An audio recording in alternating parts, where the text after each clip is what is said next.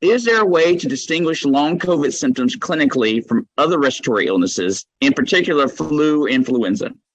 It's an excellent question. It's an excellent question because it's slightly complex. And let me explain why. So the symptoms themselves, there's not anything where I can say, it's long COVID, because when you cough at the end, you're going to go, there's nothing like that that'll distinguish the symptom for long COVID from flu or another respiratory condition. There's not that. What we have at our disposal is, let's say a client or patient comes in and they're having respiratory symptoms. We can go ahead and test for influenza. And let's say the test for influenza comes back positive. Then if that person goes ahead and sees improvement in their symptoms, then we can say, okay, it most likely was flu, because we do have a positive flu test there. But where we have to be careful is sometimes you can be co-infected. But let's say the person has flu, the symptoms are gone within 4 weeks, then we can with confidence say it was not long COVID, because in order for someone to be diagnosed with long COVID, usually they have to be 4 weeks out. But let's say the person has long COVID and is having these shortness of breath symptoms, then they're going to be hard to distinguish, because, like I said, they're not easily distinguishable symptoms. But what I want to say on top of that is that you can also have folks with long COVID who had a negative COVID test. You can also have folks with long COVID who, when they had COVID, were asymptomatic.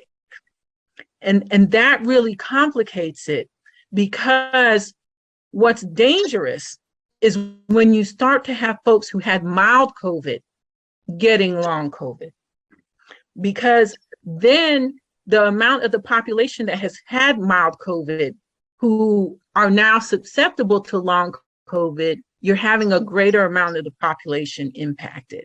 And so the short answer to Ms. Woodford is the actual symptoms themselves are going to be extremely similar. You won't be able to just tell from the clinical symptoms. What will reveal itself is the length of time that the patient suffers with the symptoms.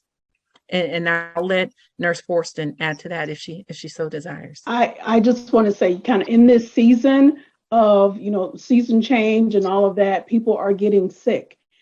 People may have a cold, you may have sinus issues, you may have the flu, or you may have COVID. You don't know, and we don't know. So what I would encourage people to do is, if you are sick and you have some place to go, make sure you have on a mask, wear your mask, or don't go, because you still have to protect the community. And so you can't just kind of be out there not knowing what's going on. So that's what I would encourage people, is continue to do all of the preventative things that we used to do when we were in the throes of COVID. The first time, washing your hands, wearing your mask when you're inside, or, if somebody is sick, make sure you're covering your mouth and nose with the mask. Just doing all of those preventative things that we all know so well. You just brought up something that I really got to touch on. Listen, everyone, we are going to a lot of mask optional places now. Whether that's in our church homes, whether that's restaurants, things of that nature. If you are having any symptoms of being ill, a cough, a sniffle, anything, be kind to your neighbor. The Bible tells that we should love our neighbor as ourselves. So be kind to your neighbor. If you have to go, put on a mask. But if you don't have to go, don't go. Because as Ms. Fortson said, we don't know if it's your sinuses. We don't know if it's the flu, if it's a common cold, or could it be COVID until you are tested. So if you have not been tested and you're having symptoms, don't go, or please wear a mask. I did want to add to that also the 6 feet.